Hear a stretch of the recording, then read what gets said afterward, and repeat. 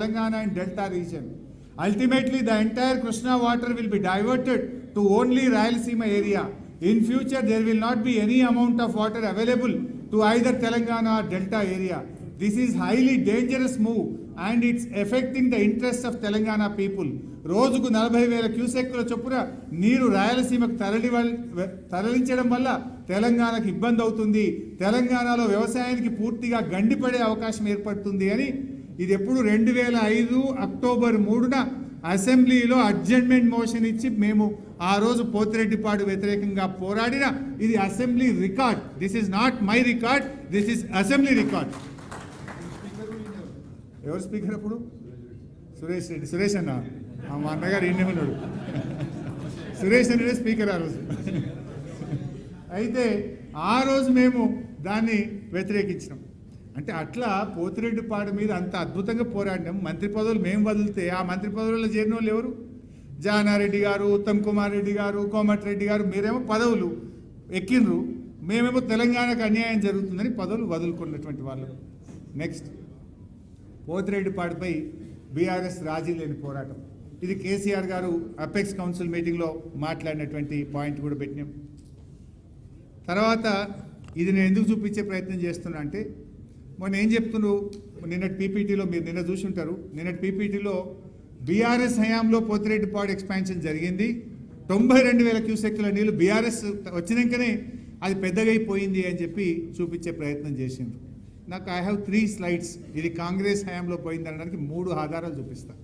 ఇది నంబర్ 1.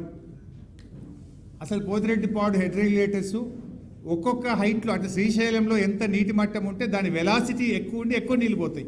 ఎంత నీళ్ళు ఎక్కువ ఉంటే కిందికెళ్ళి నీళ్ళు అంత ఫోర్సబుల్గా ఎక్కువ నీళ్ళు బయటకు పోతాయి. ఎత్తు తగ్గినా కొద్దీ నీళ్ళు తక్కువ బయటకు పోతాయి. సో ఏ హైట్లో ఎంతెంత నీళ్లు పోతాయి అనేది ఆ రోజు మేము తీసినటువంటి డేటా. 885లో 182,000 క్యూసెక్కులు పోవడానికి పోతిరెడ్డిపాడు హెడ్ రెగ్యులేటర్లు అప్పుడే నిర్మించిన కాంగ్రెస్ హయాంలో 2014 లోపలనే అన్ని నిర్మాణం పూర్తయిపోయినాయి. ఏ హెడ్లో ఎన్ని నీళ్లు పోతే చూడండి. 880లో 77,000, 881లో 107,000, 882లో 131,000. ఇంకో మంచి ఆధారం చూపించబోతున్నా. నెక్స్ట్, ఇది చూడండి. ఇది నా డేటా కాదు, పైన ఇప్పుడు కూడా మీరు పోయి ఆన్లైన్లో కొడితే ఇది వెళ్తుంది.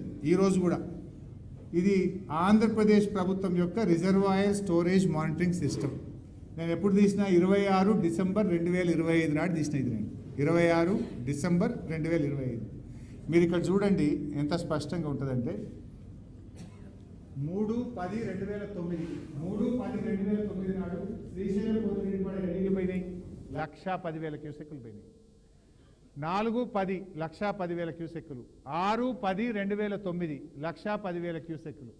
అంటే 2009వ సంవత్సరంలోనే పోతిరెడ్డిపాడు ద్వారా 110,000 క్యూసెక్కుల నీళ్లు పోయినాయి అనే విషయం ఇది నేను చెప్తలేను. ఆంధ్రప్రదేశ్ వెబ్సైట్లోనే అంత స్పష్టంగా ఈ రోజు కూడా ఆన్లైన్లో పోతే ఆ రికార్డు అందుబాటులో ఉంది. 110,000 ఎప్పుడు పోయినాయి? 2009కి ముందే 110,000 క్యూసెక్కులు పోయేంత వాళ్ళు అన్ని కట్టడం జరిగింది. ఇది ఆంధ్రప్రదేశ్ వెబ్సైట్ నుంచి నేను ఈ రోజు డేటా నుంచి చూపిస్తా ఉన్నాను. అన్ని చెప్పినాక లాస్ట్కి దాని సంగతి చూపిస్తాను. ఇక ఇక్కడ పాయింట్ థర్డ్, 3 ఆధారాలు చూపించినండి. Third and the last. ఇక్కడ ఏమన్నాడు?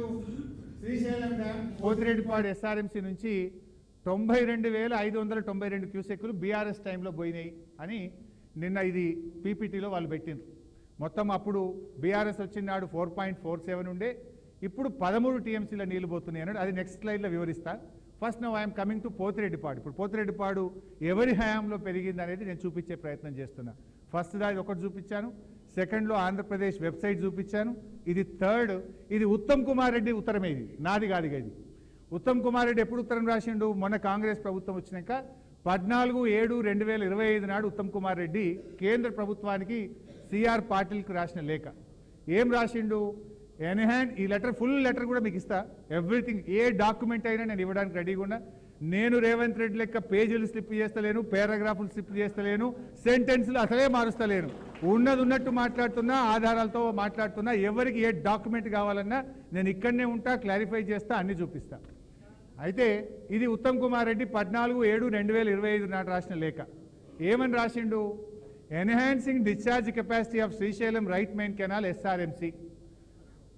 PRP అంటే Pothireddypadu head regulator. PRP discharge capacity is already constructed unauthorizedly to draw more than 1.5 lakh cusecs based on SRMC capacity. Unauthorized అప్పుడే కట్టిండో అని ఆయనే ఒప్పుకున్నాడు. Number full stop. Presently SRMC capacity is 44,000 cusecs as unlined canal.